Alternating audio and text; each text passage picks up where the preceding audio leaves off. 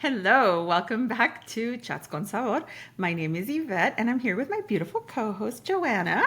Hola. We are here today to talk about I am so happy I'm not the only one that does that. plumber. Wow, I almost had a brain fart. Literally, it was right there, and I overcame it. Maybe this is a good sign. Cheers. Cheers. It's a good sign. Anyway, today we are talking about. Let's talk about sex. Another installment of our series, Let's Talk About Sex, Baby. I can't remember what part this is. I want to say part 5, maybe. Don't quote me on it. Yes, actually, I have it in my notes. Part 5. This one, obviously, you could tell that there's so many things to talk about when, Good Lord, you can dissect this into the heavens. We really can. And it's so wild because, I want to say sex makes the world go round, but procreation Nowadays. does. Right? Because everybody wants to talk about sex. Everybody has experiences with sex. Or maybe they haven't had sex, but they've heard about it, or they watch porn, or whatever it is. Or they hear their friends talking about it. But I feel like it's one of those topics that everybody has something to say about it, right? Or nobody wants to talk about it. Yeah. Or it's taboo. Yeah. Hush, hush. Like, oh my gosh.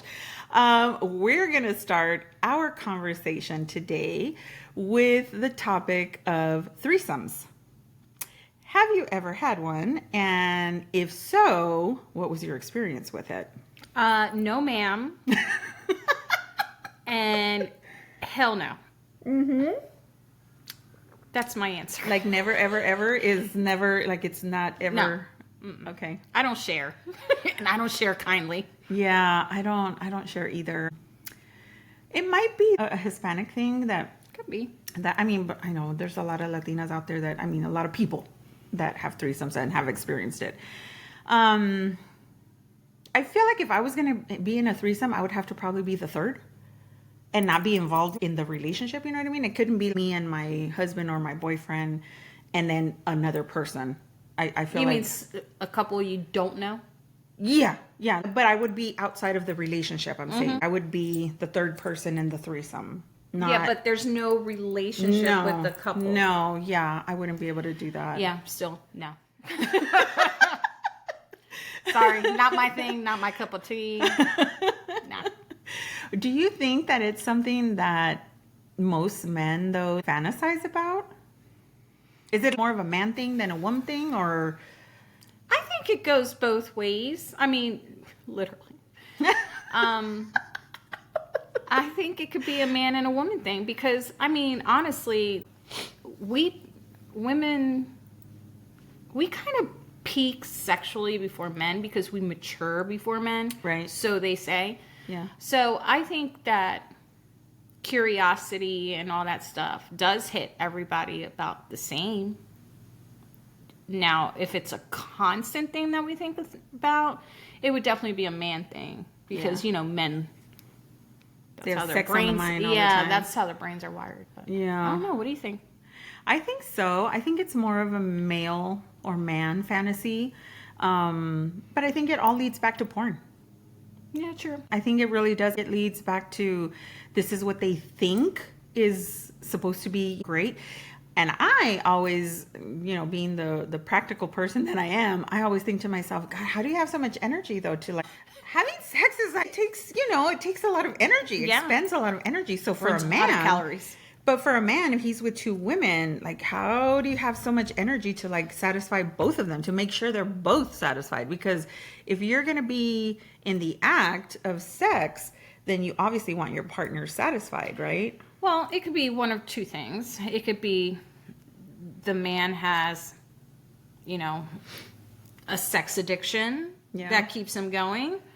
A woman may have a sex addiction that keeps her going, or they're taking stuff in order to be able to perform that way. Blue little pill.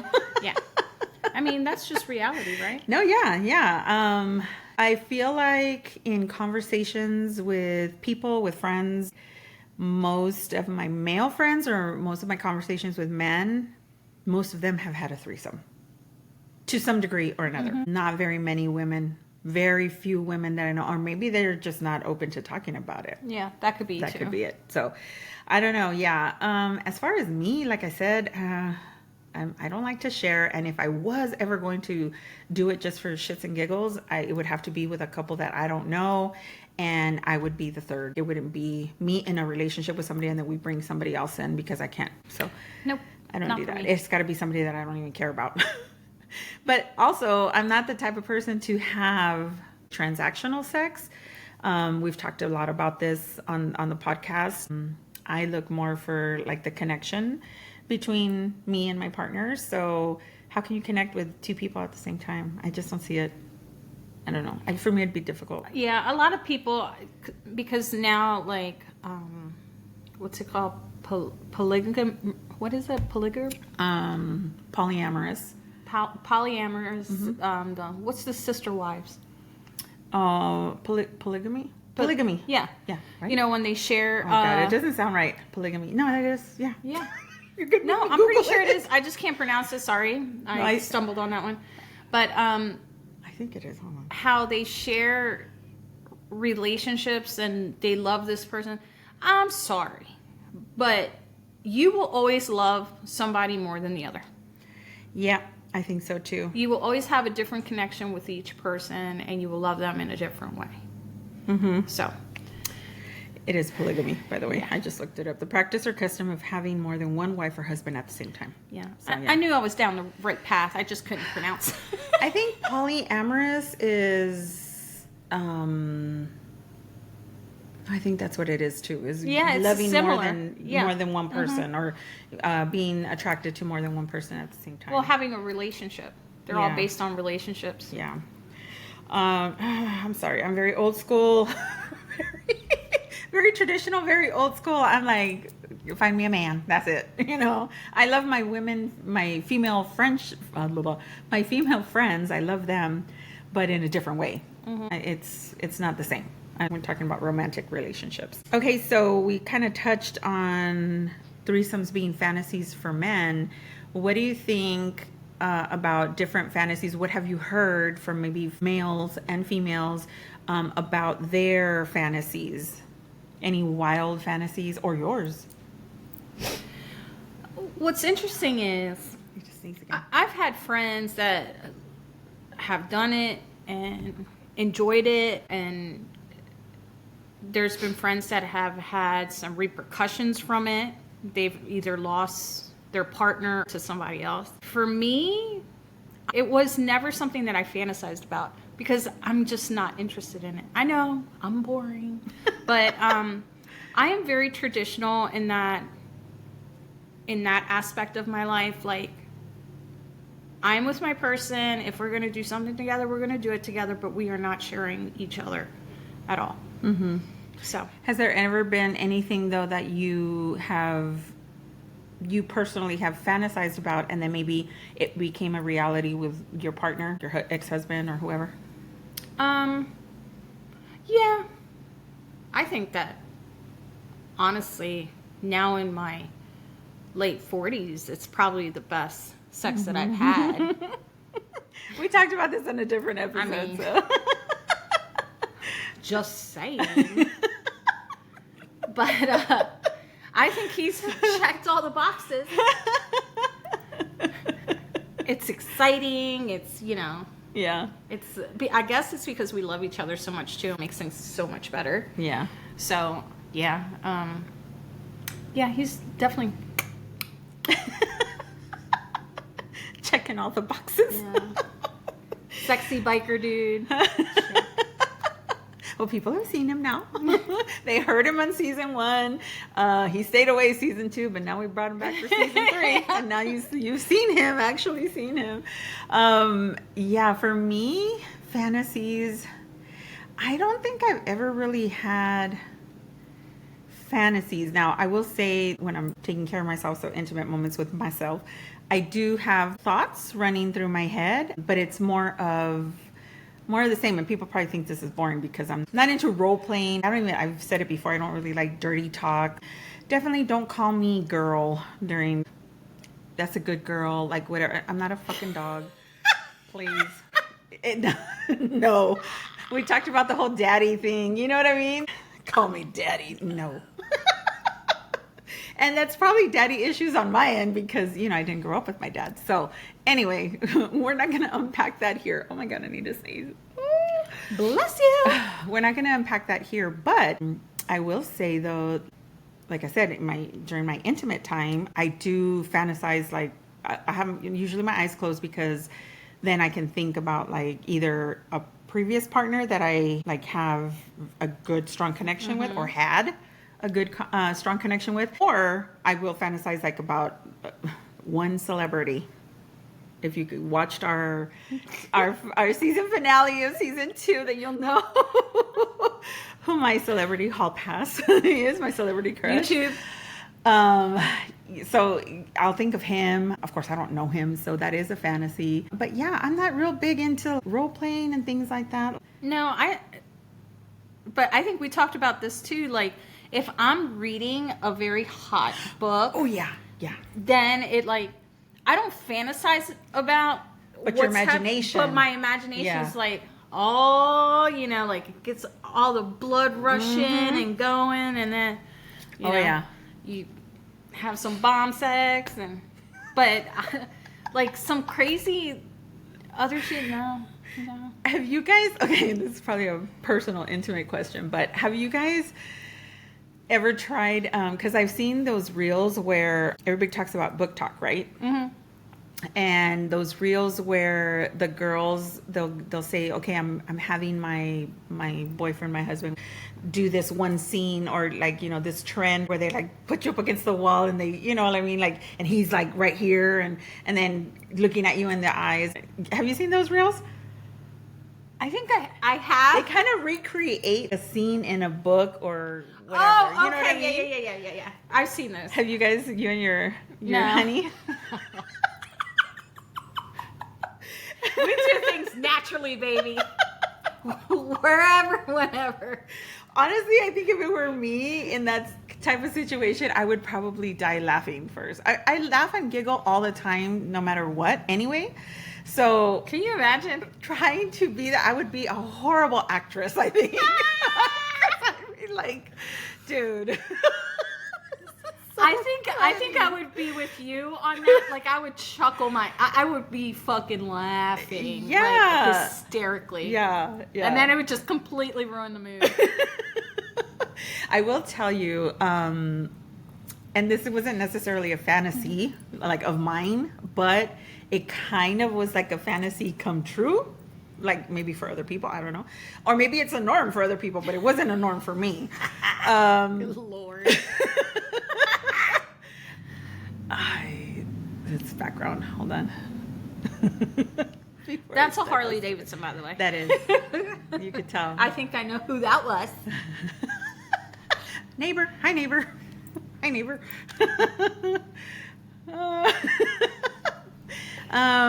Okay, so there was a time. Oh my God, I feel like I have to sneeze.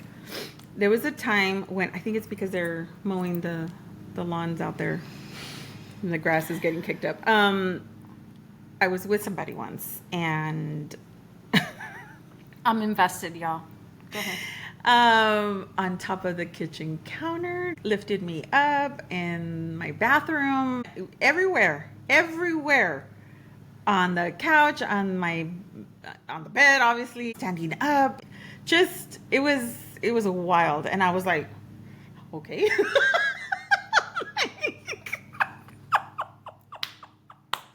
So not necessarily a fantasy, but it was just kind of like what you see like in the movies, basically. You know what I mean? So it was pretty funny. I mean, not funny, haha, just, it was interesting. It was fun.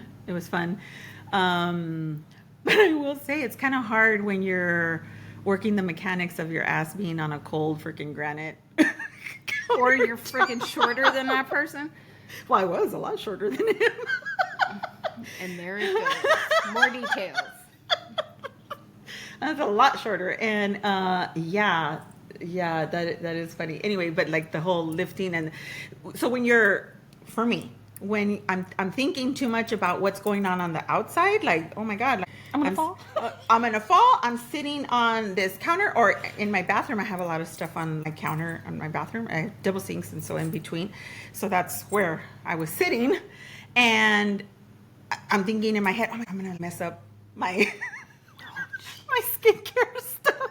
And there goes the flare, y'all. There goes the spicy. OCD. Literally. And this is why I'm saying, okay, I've said before too that I don't like pain. I can't, because it pulls me out of the moment. So again, all these theatrics, I'm like, bro, okay, ask me if there was a connection. We connected during that time? No, there wasn't. I couldn't connect because I was so worried about. She was worried about her toiletries. My toiletries, my ass cheeks were cold. Yeah, like my legs were everywhere. I was like, what the fuck? It was like this acrobatics. I was like, what is happening right now? It was fun. Don't get me wrong. It was fun and it felt great, but no connection. Zero connection because I couldn't actually get into the moment because next thing I knew, whoop, I was getting flipped over and, let's go over here and whatever. And anyway. Lord of mercy. I might cut all of this out. I don't She just needed to get it out. Oh my God. All right. Let's get back to the topics at hand. Yes. It got hot in here. Mm-hmm. You made yourself hot. After all that tossing around. Yeah, that was hot. Okay, so now moving on to kind of a similar topic as the whole threesome thing. My little subtopic is, now that we've discussed swinging, and we did that in season 1, so go back and listen if you haven't. I want to say it was episode 13, right? 13.1 and 13.2. We had a friend of ours that spoke on the subject. But now that we've discussed swinging, what are your thoughts on the subject? I know you and I have had conversations, but we haven't done a follow-up to this. And before you start, I'm sorry if you hear the stuff in the background. It's the blowers and the mowers. That sounded so bad. Sorry. Okay, go ahead. Blowers and blowers. So, anyways, we have discussed it. It is something that, again, I am not into. If you're into it, Fantastic. Yeah, that's your thing. No judgment here, because everyone has their preferences and what they want to do. It's just not my thing. It's not something that I've ever really been interested in. Mm-hmm. And I mean, the way that our friend explained it and all that, I mean, there's a community that people that understand all that. So, right. But again, not my thing. Yeah. I don't like sharing my partner, and I would not want my partner to share me. Yeah. And I think it's fair to say, just based off of what he said on the episode when he was here, that he's not into sharing you either. Mm-hmm. Like, he's very mine. So yeah, I can see that. I just think sometimes that brings trouble into someone's relationship, Yeah. and it starts affecting other aspects of your relationship, whether it's insecurities, whether it's trust, whether it becomes some type of addiction or something like that. Like, your relationship has to be on solid ground if you're going to live your life that way. Right. I mean, I agree with that, and I think we kind of said that on that episode, that if you're going to get involved in that lifestyle or in those activities, then you and your partner, both of you, have to be 100% solid. Both people in the partnership have to be solid, first of all, within themselves, but then also within the relationship. Yeah. You both have to be. If one of you is insecure, then it's not going to work. It's not going to work. And bringing somebody else, just like with a threesome, you're trying to fulfill some fantasy or whatever. I'm sorry, it's not going to work. It's just going to cause a wedge. And that's why I'm saying, for me, I'm comfortable in my own skin and knowing myself that I don't share like that. So I would not be able to be in an open relationship where I know that my man is out there doing whatever with whoever, even though I know I can do it because that's our thing, or we're with other couples. But even with rules, because our friend talked about rules, even with that, I just don't see myself. I don't know. I try to push the envelope and try to say, well, maybe I would, or maybe, and I never say never, but I think it would cause problems for me if it were in my relationship. Now, again, if I was the third person, maybe I could detach and not be so invested. But then what do you do then if you fall in love with either person? If you're even the third, or you and your partner, you fall in love with other people. It just brings trouble. Yeah. And so much like adds layers of difficulty, of obstacles, of challenges, you know. Because there's always going to be one of you too that's going to push the envelope on those rules. Yeah. You know? Just this one time. Yeah. There is a movie. I mean, not a movie. Sorry. It's a show. I want to say it's on Stars, but it might not be. It might not. It might be on Prime. It's called The Women, and it's a girl, a writer who follows the lives of three women, and she's writing a book. And one of the women actually is in this relationship where the husband knows that she is like polyamorous. She likes to sleep around. She likes to be with multiple people, but he doesn't. And the only time that he does is when they're together, when they swing together. But then other times he sits there and watches while his wife is with this other man. And then she ends up falling in love with this one guy, and she manipulates the situation and manipulates the husband into thinking that she just wants to have him for one night. Well, then anyway, she makes up this crazy idea and concocts this like crazy plan to where she kind of pushes her husband to be with his girlfriend. And yeah, anyway, it turns into a big old thing, and I'm not going to give it away, but that's what I'm saying, how it can get very messy. You know, it's a good example of how things can get just so messy. And I just feel like, yeah, you should just kind of keep it out.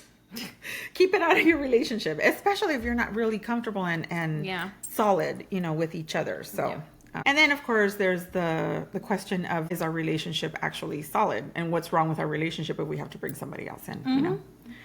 And I think that's what adds to the insecurities. Like, yeah, am I not enough for you? Don't I satisfy you? Blah, blah, blah. I mean, to me, it's too complicated. And it's also, when you take vows to with somebody, it's like, that's not part of the vows, my friends. Right. Just saying. Right. Yeah. No. You know, but no. To each their own. Yeah.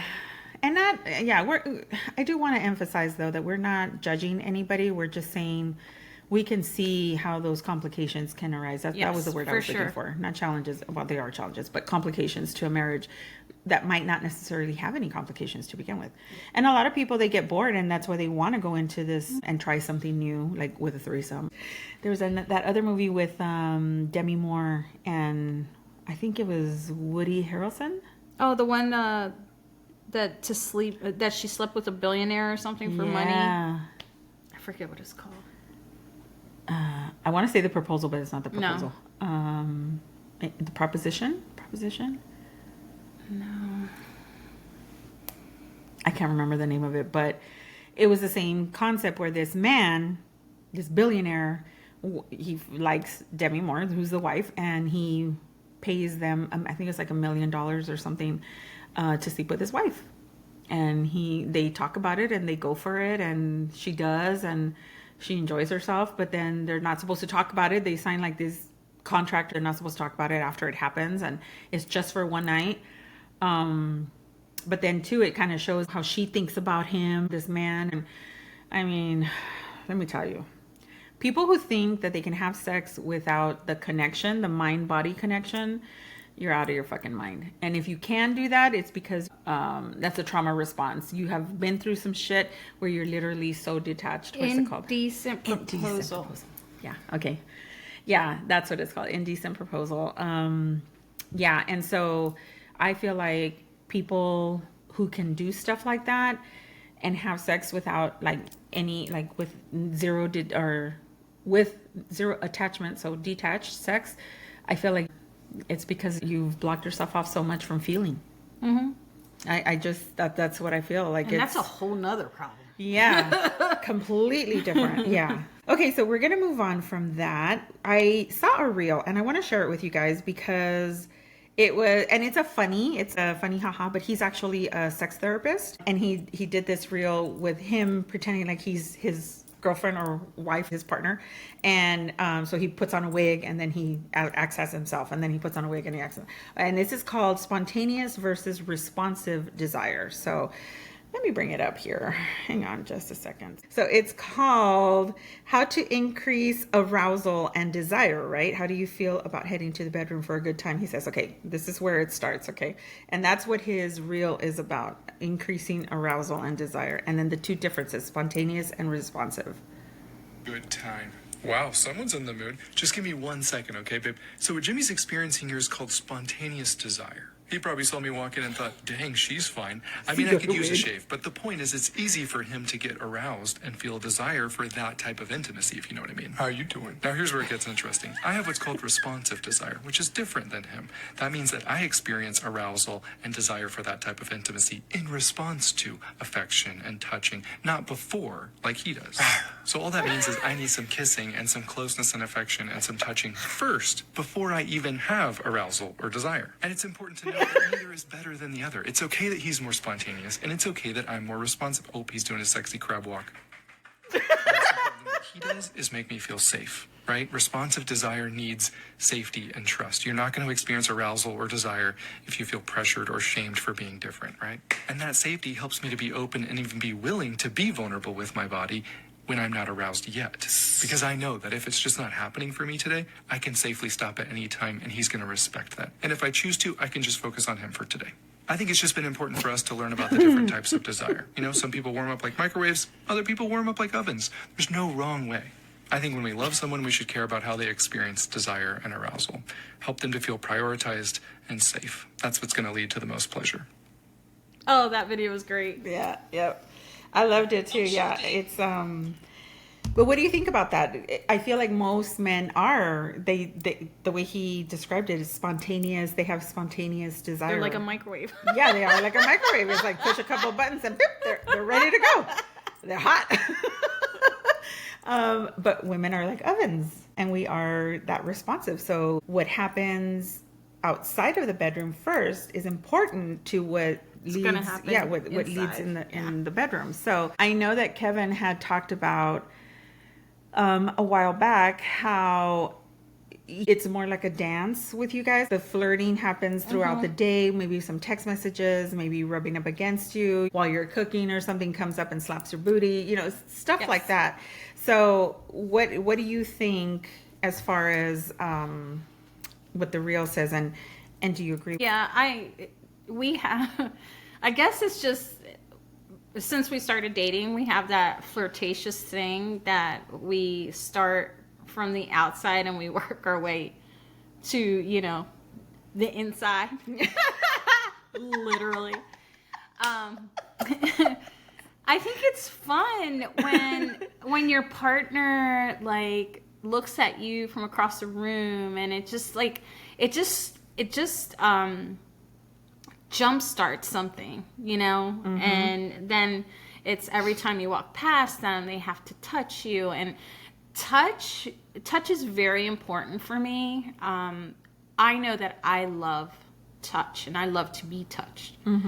It's almost like an electricity that goes through your body, and it just starts from there. And then by the time, you know, it's going to bedtime or bedroom time or bathroom time or whatever time you guys are doing, shower time, you know, it's freaking a buildup, and it's like the sex is amazing, you know. So I think we said that several times on this podcast is we appreciate the buildup to the activity, to the relationship, to the kissing, to the touching. And so I feel like men sometimes forget that we are those types of beings. But I also have found that a lot of men are that way too. You can't just expect them to like, okay, come on, like real quick, pull your pants down, let's go, because then you literally catch them with their pants down. Then they're like, wait, well, so you have to turn them on too. And they're easier to turn on, but you have to also, you can't expect them to like just be ready to go at that moment. But with heavy, kissing and touching, like you said, and flirting and stuff, then yeah, I mean, I feel like that can become a magical thing, like, Very magical. very magical. Okay, so now we are at our slice of advice, and Miss Joanna has that for us today. I'm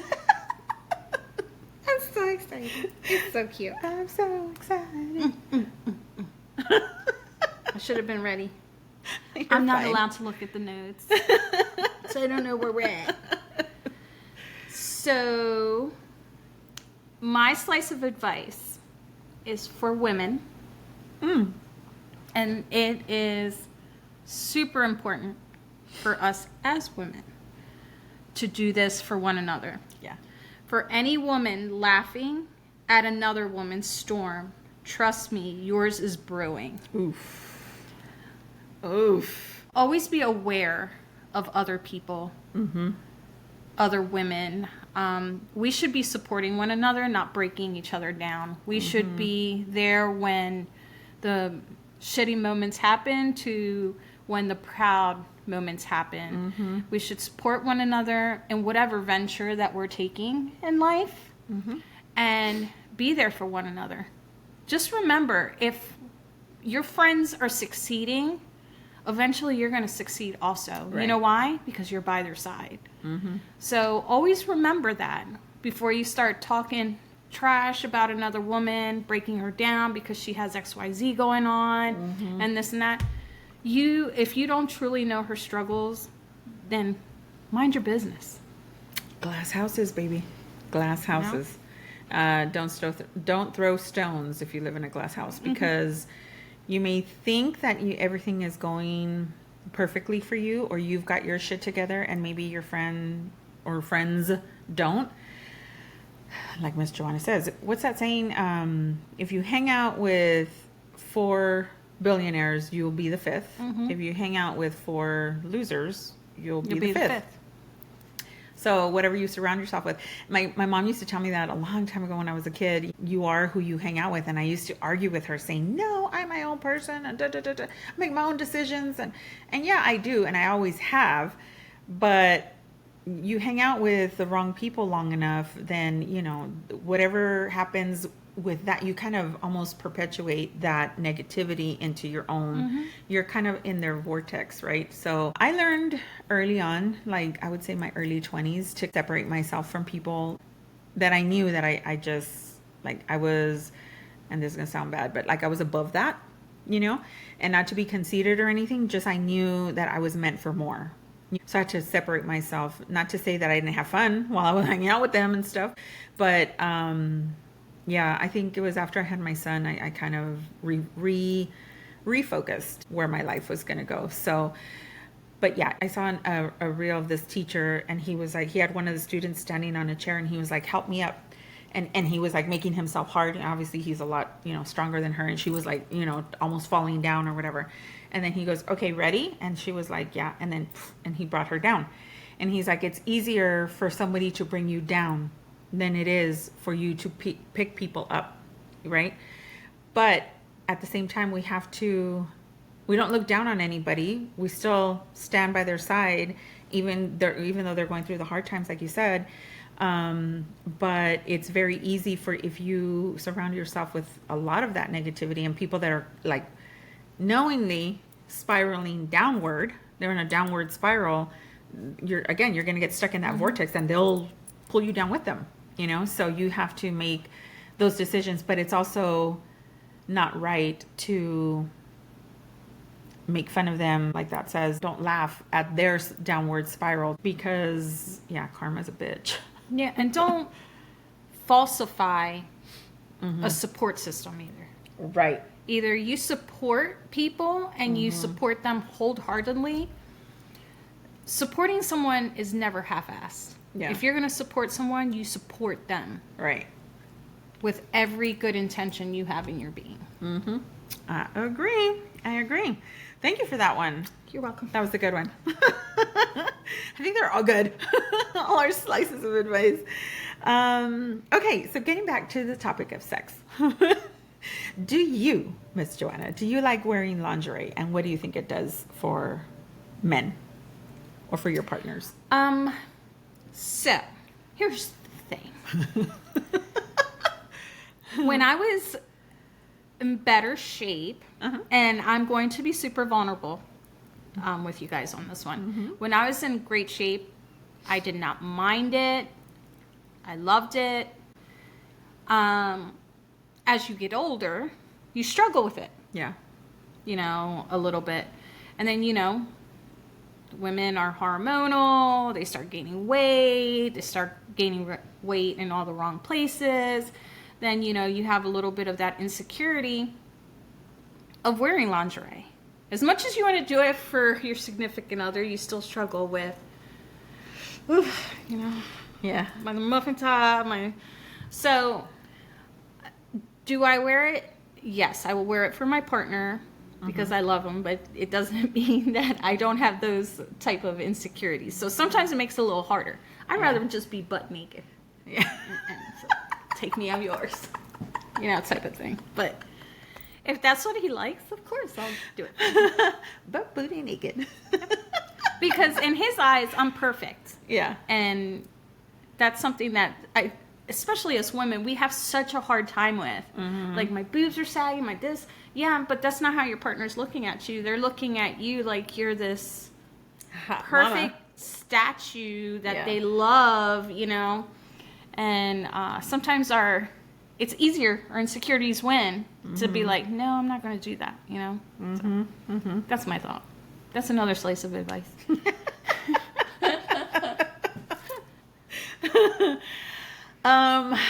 I have never been one to wear lingerie. I don't like it. I think it's ridiculous. I think to put it on, it's like, oh my God.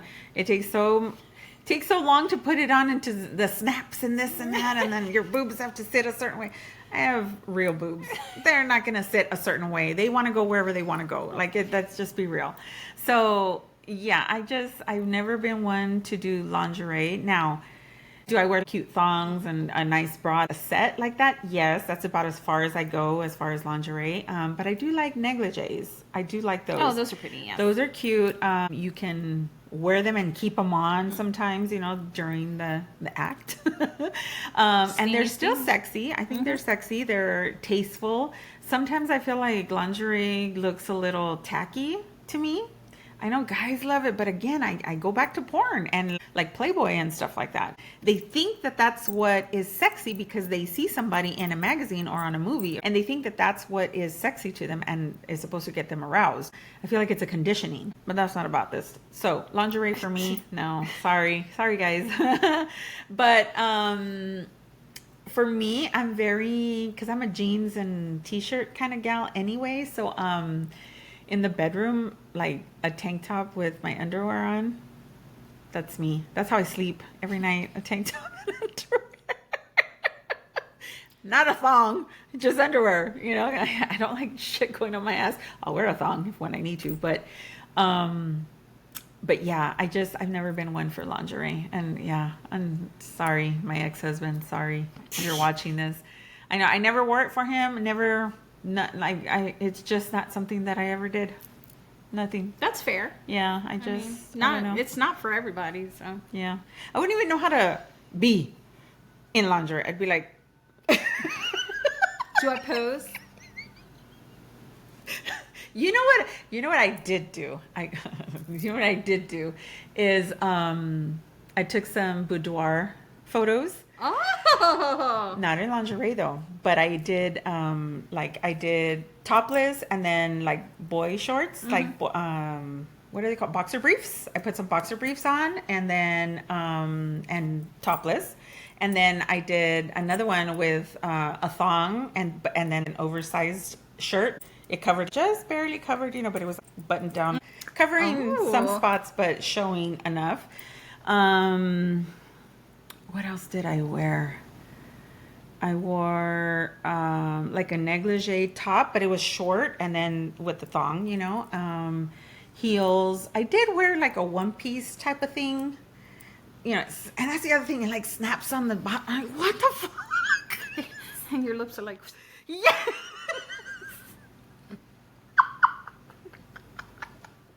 I. Jesus Christ. it's the truth. Y'all just don't know how much work goes into this stuff, man.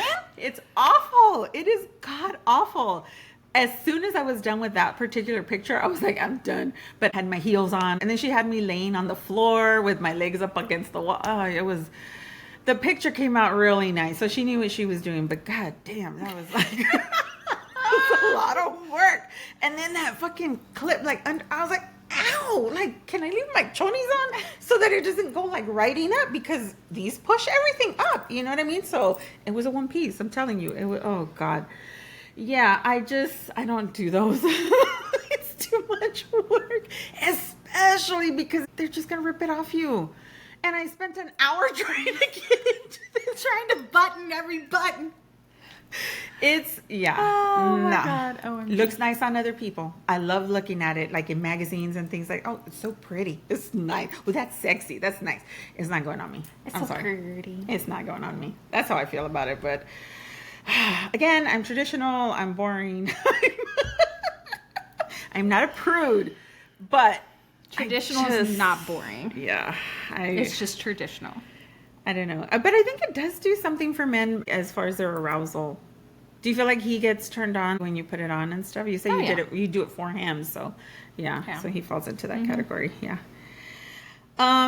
Another question I have for you. Do you sleep naked? No. You don't sleep naked? Okay. No, let me tell you why. You're gonna fucking laugh. When I was younger, I used to sleep in t-shirt, underwear, Mm-hmm. Then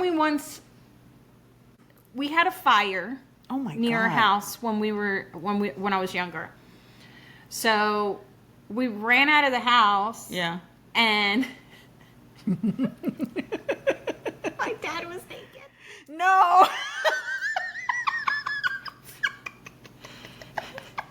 He was running out What's happening?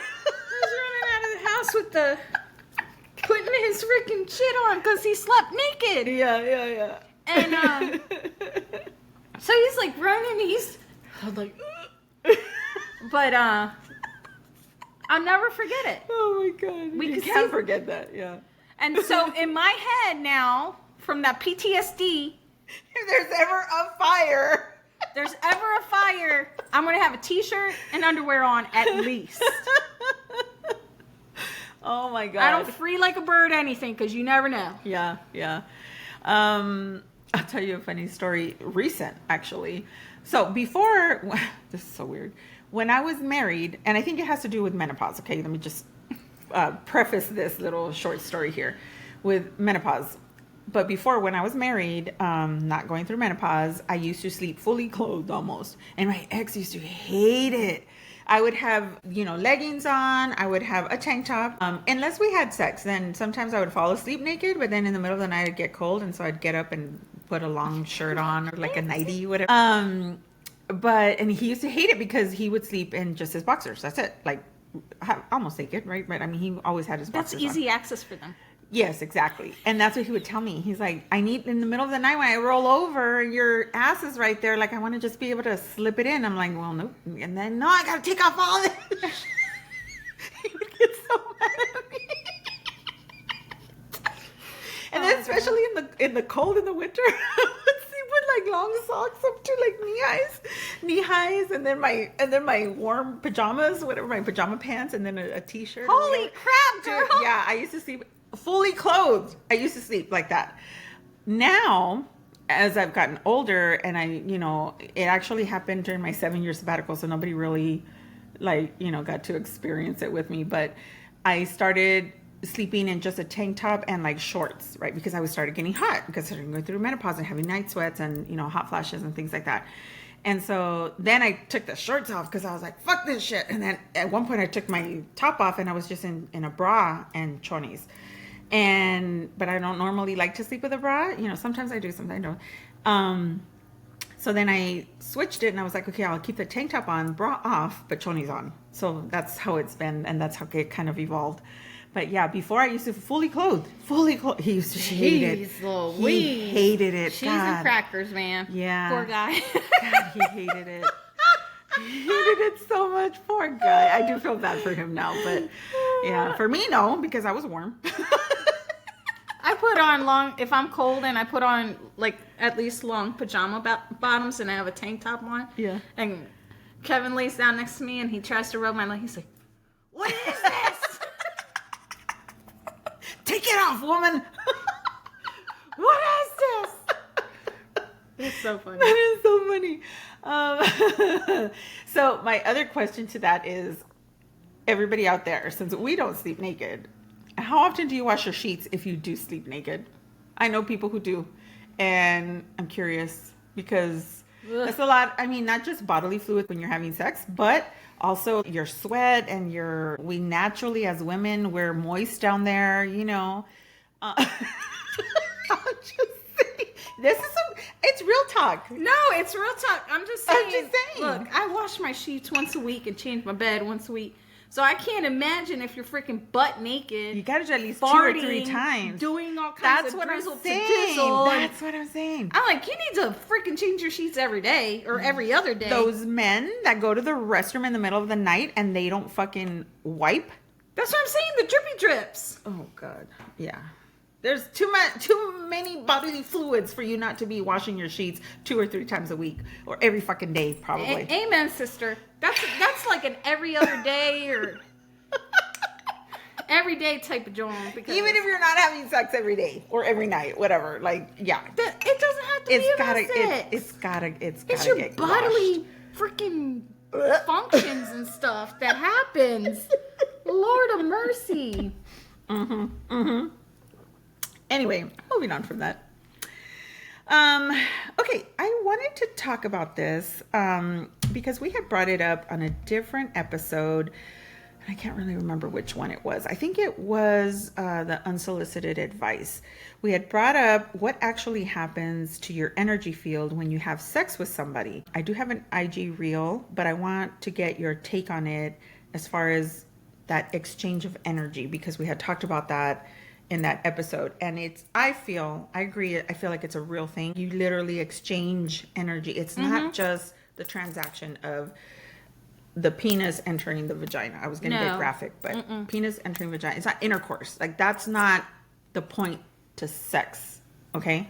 Just throwing that out there. So talk a little bit about that while I find the reel. Energy is, and we're all made from energy. We all have energy. So guess what? When we're with someone, we can be sitting here talking, Yvette and I, and I can be down in the dumps, and Yvette can feel that through my energy that I feel a certain way, and sometimes that energy can rub off on her. So, and then she's like, what the fuck just happened? When she was fine. Right. I leave, and then she's feeling all this heaviness because we exchanged energies. I feel better because I just sucked her energy out. And now she feels shit, you know? So and when you're having sex with someone and you truly love that person, or you have it doesn't even have to be love, but you have that connection with that person. And I mean, with sex, I feel like it intensifies everything. So, I mean, not only your senses, but your, just your mind, your body, your soul, everything is connecting together. And it's so impactful. So, yeah, I think that you do exchange those feelings. I agree. And that energy. I 100% agree. 1000%. Okay, so here we are with what actually happens to your energy field when you sleep with someone. And this is, in parentheses, they have spiritually versus psychologically. When you sleep with someone, it's never just physical. Your energy field, your nervous system, and your unconscious all absorb the exchange. Spiritually, sex is an energetic merger. You don't just share bodies, you absorb frequencies, emotional residue, karmic threads / cycles, and sometimes even unhealed ancestral pain, which kind of makes sense to me anyway. Psychologically, did I say physically earlier? I meant psychologically. I don't know. Sorry if I said physically. Or physiologically. It's psychologically, we form powerful neurological bonds through oxytocin, dopamine, and emotional imprinting. This is why we often feel attached or pulled to someone even if the relationship isn't aligned. Remember? I can attest to that one. Jacob imprinted on Renesmee. Through Bella though. Yeah, that's wild. But I can kind of attest to that because it's happened to me where, not that I've imprinted on anybody, but I do feel that attachment, or I have felt that attachment to somebody just because the sex was really, really good. Mm-hmm. And when we were together in that way, it was like poof, magical. And so then I just literally attached to them because I'm like, whoa, I want this. I want more of this. Yeah. And so it becomes like an addiction. Yeah. So psychologically, I think that definitely. And then I do believe that spiritually, though, I was talking with my son about this. We had a conversation about this topic. And I told him when you're with somebody, you're literally entering, because he's a male, obviously, you're literally entering her portal. Like this is, our vaginas are portals, right? Our uteruses, we create life in there. Well, males help us, right? Men help us create life, but we grow life in our uterus. And then they come through our vagina, right? Like that's how babies are born normally. I mean, I've had 3 C-sections, so that's not how my babies are born. I've had 2 children. Yes, they come out the vagina. But Lord of mercy. So a man entering, I mean, that's an actual spiritual thing. Our parents used, I know my mom used to say, your body's your temple. I don't think she knew what she was talking about, but really they are. It is. Yeah. Yeah. Like our bodies are our temples, male and females. And so when you're bonding in that way, just think about all the spiritual stuff that you've got going on inside and then they've got going on inside. And it's literally meshing together. Even if you think you're just having a one-night stand. This is why I'm so against transactional sex, because people are not really putting thought and effort into the actual act of and you take a little piece of that person with you. Yes. Despite the fact. And you leave part of yourself with them. Yeah. And I mean, you won't get it back unless you call it back, unless you're actually a spiritual being. But if you are, then you're not going around sticking your penis in everybody. Okay, the next one is spiritually, sex creates courting, a thread of energy that keeps you looped and connected to their energy and their frequency until it's consciously cleared. Psychologically, sex can create trauma bonds and incomplete cycles of attachment when your body links intimacy with emotional inconsistency. Our nervous systems bond through pleasure, but without safety or closure, it craves connection from the same source of pain. This leaves you craving more after they have gone. So riddle me this, Batman. Mm-hmm. Think about this. See? So when you have intimacy with someone and you have that emptiness, that void, mm-hmm. do you ever stop to think why you have that void? It's not always because of daddy issues, mama issues, trauma.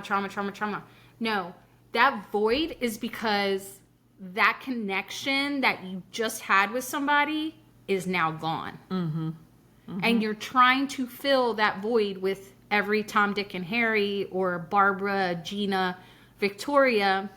And, you're like, this isn't working. Mm-hmm. It's because whoever you had that moment with is still attached to you somehow, Or you to them. or you to them, and Yeah. that's what's missing in that, you know, in that emptiness that you keep searching for. I 1000% agree. 1000%. Next thing is, this is why it's common after sexual exchange to, like you said, feel off if you've been intimate with someone emotionally chaotic. So if they're not all here and you go and have sex with them and you think that was the greatest sex of your life, well, guess what? You just picked up all their fucking trauma and chaos, mental chaos. You long for someone even when they are unavailable, and you obsess and ruminate, meaning you just go over and over, play by play, you know, in your mind. Internalize their shame, trauma, sadness, anxiety, or fear, and you become disconnected from your own intuition, or you lose clarity. What do you think about that? Yeah. Yeah, right? It's, I mean, that's what I'm saying. Like, people talk about, oh yeah, no, like, you know, someone we know that used to say transactional sex is great. I just like the in and out, the feeling of it. It's because you're hiding behind it. You're getting that instant gratification in that moment, but you're not dealing with the psychological trauma and emotional trauma that you've been pushing down. You know what I mean? Yeah. So, physical intimacy, the body keeps the score, and your energetic field does too. Until you clear your energy and the other person's energetic imprint, your body still thinks you're connected. Your nervous system will often stay on high alert, waiting for closure, communication, or validation that may never come. Again, why you shouldn't be having one night stands. That's the void. Yeah, that void that you're talking about. Yep. Wow, that's wild. Physical intimacy, the body keeps the score, and your energetic field does too. Okay, sorry. This impacts your sense of self, your ability to call in aligned, committed, and healthy love, your fertility, focus, and creativity, meaning you're not going to be able to procreate, right? You're not going to be able to call in that. I mean, yeah, you're not going to get blessed with that. Your energetic boundaries and emotional stability. So that's what all of that impacts. Physical intimacy does. In women, a sexual partner's energy will embed in your womb, your heart chakra, and your nervous system. In men, a sexual partner's energy will embed in your root chakra, your sacral chakra, and your mental field. So if you don't know where your chakras are, look it up. Look it up. Yeah, it's more than just sex. I'm sorry, but yeah, it is. Physical intimacy, releasing cords. This says you can release energetic imprints and reclaim your life force through womb clearing, somatic and energetic work, repattering unconscious attachment cycles and loops, and creating sacred energetic boundaries before intimacy. So I've told Joanna this, and I think I've said it on the podcast. I protect my energy field all the time. I wear stuff that protects me as well. I do my little rituals and stuff where I clear my space and I clean my energetic field on a daily basis. This is not just like every now and then. I do this every single day. I'm going to use the word religiously. Like, I literally do this all the time. And it's because I do cord cutting as well. I've helped several of my friends do cord cutting, and it seems to help them, and they don't even understand why. My son is one of them. Like, he's practiced cord cutting, and your energetic, I mean, there's actually something to it, is what I'm trying to say. And it's not witchcraft, none of that, but here's a mantra for pre-intimacy. I honor my body and my energy as sacred. Only aligned energy and love may enter. I allow in what nourishes, honor, and uplifts me. Lock those legs, girls. If someone still feels in your field, even if they are no longer in your life, that's because they are still imprinted in your nervous system and energetic field / aura. Until you clear it, part of your energy is still living in the past, waiting to be reclaimed. That was the thing. What do you think about all that? I know I said a lot. We just talked about it. I mean, you have to be careful. Yeah. Definitely. You have to be careful. As women, we're so emotional that we look and look and look until we find that connection. Because we can feel, not all women, some women, as soon as we feel some type of connection with a man, we're already willing, able, and ready to have sex with that man. Not understanding that giving that person that part of you, you're giving something up in return. Oh, yeah. You know? Yep. So I totally agree with that. You're leaving something with them, and then you're taking on a part yeah. of them as well. So that's something to really keep in mind the next time you decide to go and have sex with somebody, if you're not in a committed relationship, obviously. But even if you are, you need to know that you are taking on their shit. You're taking on their trauma, and they are taking on yours. It's an exchange of energy when this happens. It's not just you giving to them or them giving to you. You are exchanging one another's energy, traumatic, past, emotional trauma, but also emotional security too. So that's why we say be careful of who you allow to share this sacredness with, because it has to be good. You know, Yeah. the exchange of energy has to be on even field, which is good, you know. All right. I really like that one, and I hope you guys got something good out of that. Let's go back to some fun stuff. Have you ever role played? No. No. You've never dressed up and been the cute little, No. what is it called? What do they call it? The little French maid. yeah. The nurse. You know? Yeah. The RN. No. No? No. I'm going to answer this, but you guys already know the answer. No.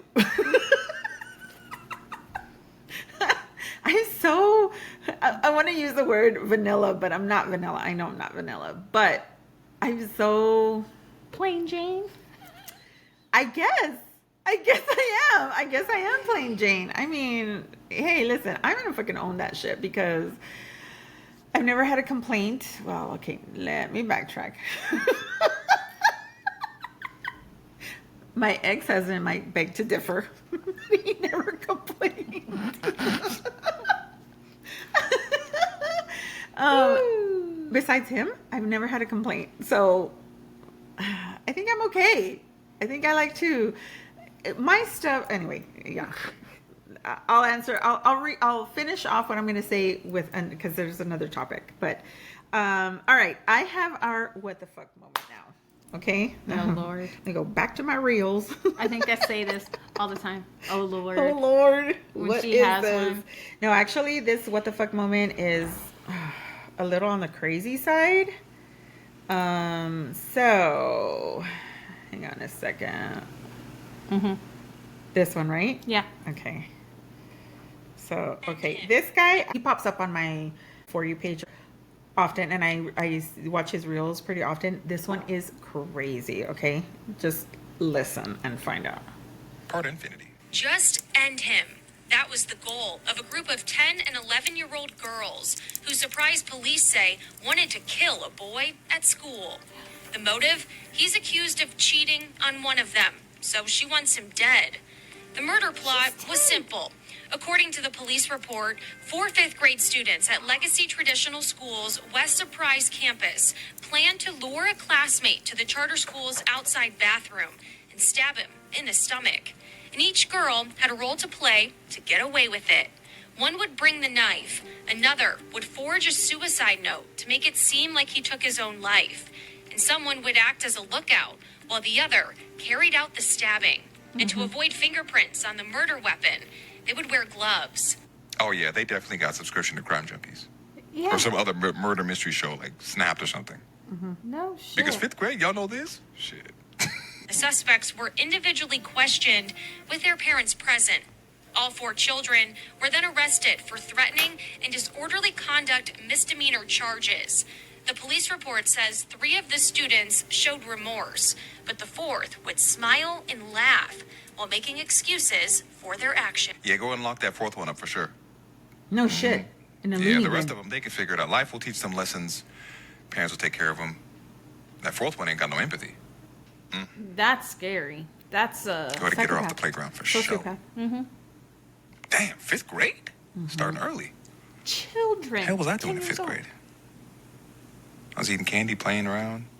I remember I did ask this one girl to be my girlfriend, though, or whatever that was. Like, be my class girl. And she was like, no. And I was like, never thought once to kill her, though. Because that's crazy. Yeah, that 4th one is questionable for sure. Therapy immediately, because she will offend. Shit's getting weird. Part infinity. Just end him. Yep. Oh my god. When I saw that, I was like, literally, what the fuck? 4th and 5th grade. 10 years? I'm still on the age thing. That's what I'm saying. 4th and 5th grade. Like, They what? must have Googled this shit. It's these fucking, remember what I told you? Okay, I'm always on her ass about what she feeds her mind, okay? And I know we're adults, okay? But still. I'm always on her ass about what she feeds her mind.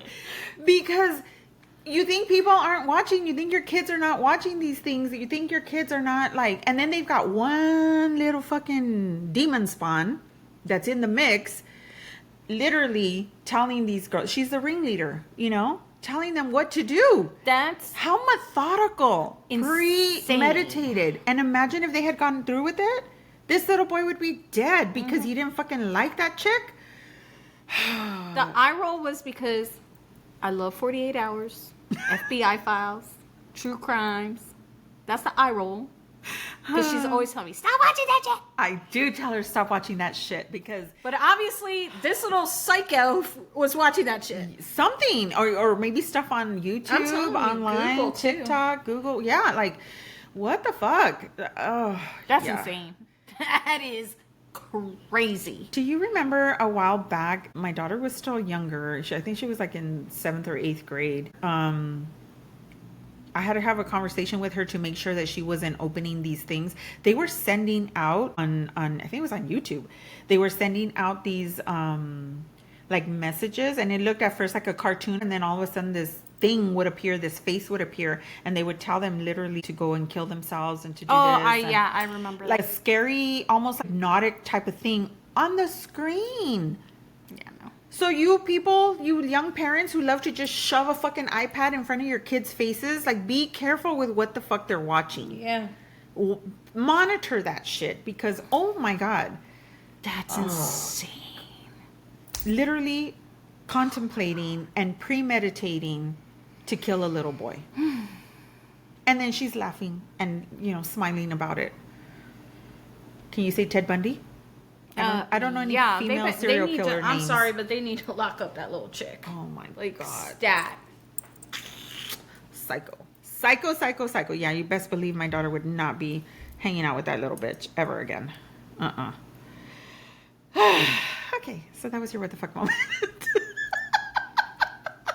Not about sex, even though this episode's about sex, and not about poop. Thank God. You're welcome. Or shrimping. Ew.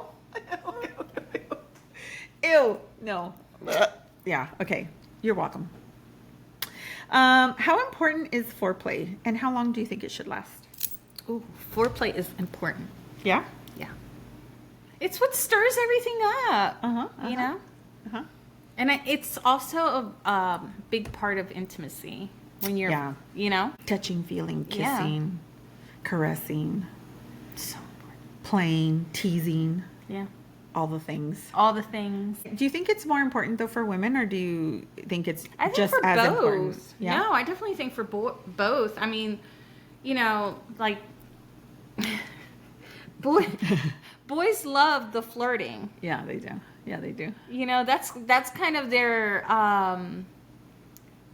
like warning of, oh, it's time to play. Yeah. So freaking flirt all you can with your husband, your boyfriends, your Yeah. spouse, whatever.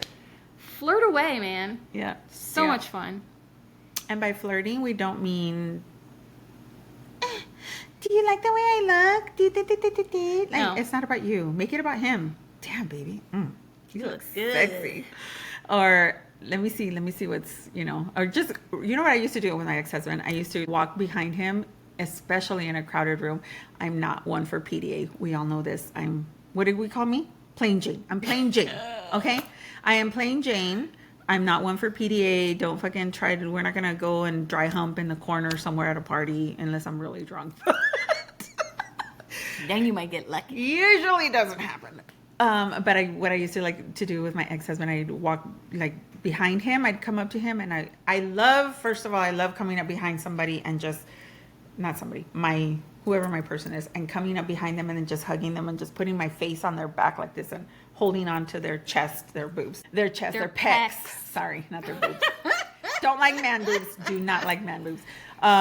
Their pecs, just hanging on to them. And so that's something I normally like to do. But what I used to do to him is I would do that, and then I would run down like, and then I would just, I'd get a grab, and he'd be all like, it would be a split second, and nobody really would pay attention. I think that's a Hispanic thing. Almost like mine. Yeah. Because I do the walkthrough. Yeah. And keep walking. And then I would just take off, and he'd be like, hey. Yeah. Where you Come going? over here. Yeah. I'm like, what? Just letting him know that I know that he's there, or that I'm watching him. I'm 'Cause interested. Men like that too, I think. I mean, we don't have a man here with us today, but I think men like that too. They like the attention. They like the flirting, like you said. They like us to be the initiators sometimes. It doesn't always have to be on him. Well, you have to remember too, when you're like, think about it. Let me paint a picture for y'all. Mm-hmm. When you're at a bar, you're by yourself, right? Let's say you're single and you're sitting on the bar stool and you're just watching, and then you have eye contact with a guy. As soon as you smile or you wink back or whatever it may be, that's an open door for him to come in. An invitation. Yeah, so imagine flirting with your spouse and, touching them. That's an open door. That's saying, hey, baby, I'm here. Yeah. Yeah. And if you're at a party or you're just, at a gathering or out in public, I used to do that to him. Like we go to Target or just the grocery store. I'd walk by him and I'd be like, oh, let me see over here. And then I'd be like, hey. I would catch him off guard all the time. And that's my thing is I'll do that.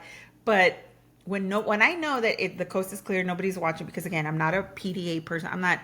No soy grosera. You know what I mean? Like I'm not that type of person. And I feel like that kind of stuff is private. It's between me and him. But if I can get away with it, like in public, damn right I would. Yeah, Or if he comes behind me and like slaps me on my butt, or comes and then takes a hold of my butt, I'm just like, of course I'm looking around like, who's watching? But do it again. Do it again.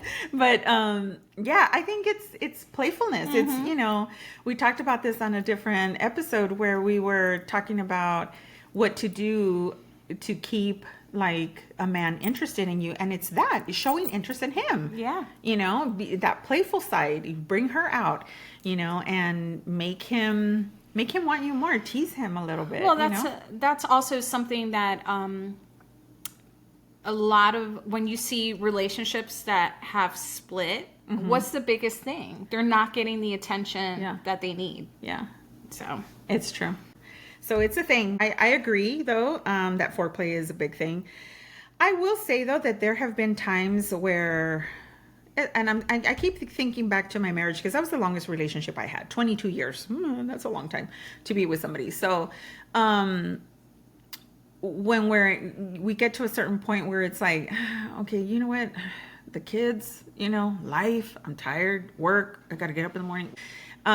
Let's just real quick. And sure, we make out for like 5 seconds, and then we're like, he's ready to go, and I'm like, okay, go, like, let's go. But to keep the spice alive, you know what I mean? Like the spark, to keep that spark alive. Yeah. I think we need to put in effort, ladies. Yeah. So it's not always on him. It cannot be always on him. It's got to be, you've got to be putting 100% into it too. Do you consider, well, here we go. Do you consider kissing foreplay, and how important is it? Yes. And yes. How yes, important? foreplay. Yes, important. For me, kissing is like up here.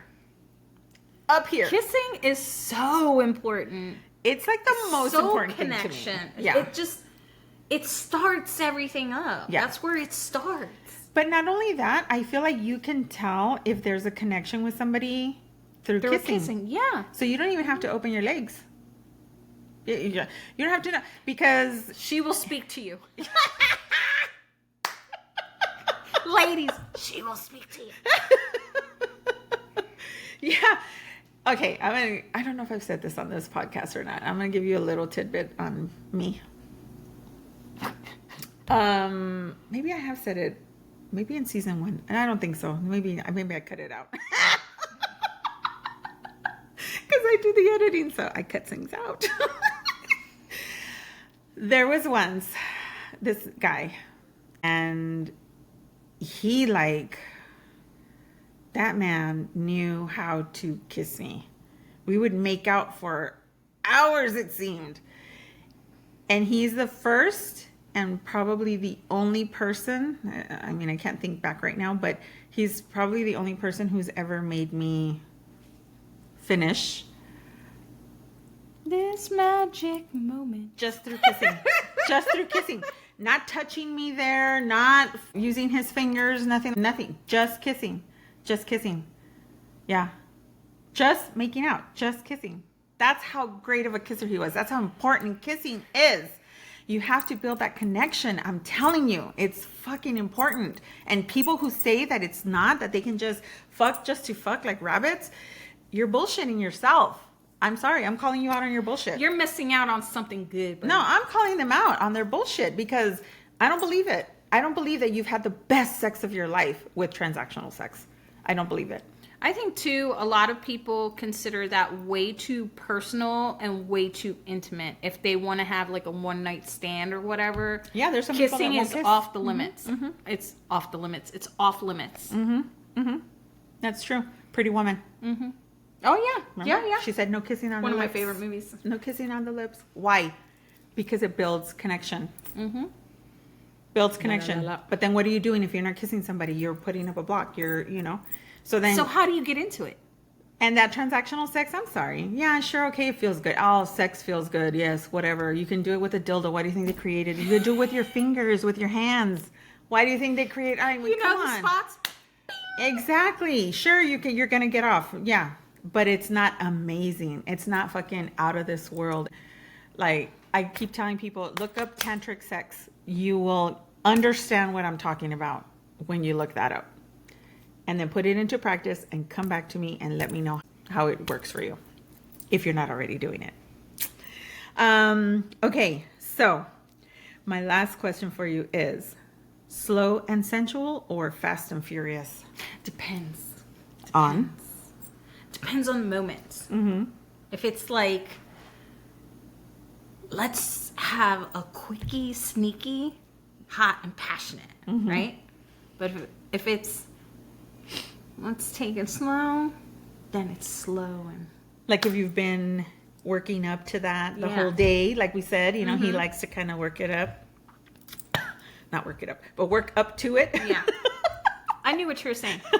There's that, and then there's like, come on, baby, let's go sneak one in. Yeah, You know, there's yeah. la la la la. Yeah. I get that. For me, slow and sensual is always my go-to. Slow and sensual because, again, I'm the connection person. I want to feel things. I want all that. You still connect when you're Once I'm there, though, once I'm at that high peak, after you've gotten me there, you better be ready to go. Let me tell you. And it's not just going to be wham, bam, thank you, ma'am. That shit better last because now I'm up here and now I'm like, let's go. Then it's fast and furious and it better fucking last. Okay, now we are at our words of wisdom. pause. Normalization, being teachable, even as an adult, you're not always right. Yeah, that's true. We're lifelong learners. Always keep yourself open to learning. Yes. Even as adults, people, we don't know everything. Yeah. Sometimes we don't know shit. Yep. There was another episode where I said I had a conversation with my son, and then at the end of the conversation with him, I said, and student becomes the teacher because he just poured into me when I needed him to. So anyway, I think it's apropos because We don't know everything, even We as don't. adults. I mean, sure, I'm 21 years his senior, but I still don't know everything there is to know about life. I'm still learning, so And be there- open to learn. And there's things that we didn't have the opportunity of learning or seeing, because now our kids are seeing more of the world than we are. True. At a younger age. Yes. Yeah. So, I mean, their minds are a lot more open than ours were when we were children. 1,000%. 1,000%. Thank you for that. Wow. Quick like a bunny. Had to back up to the backup. And thank you guys for joining us on this episode of Chats con Sabor. And cheers. Salud. Salud and salud to you guys. Adios, amigos. Adios.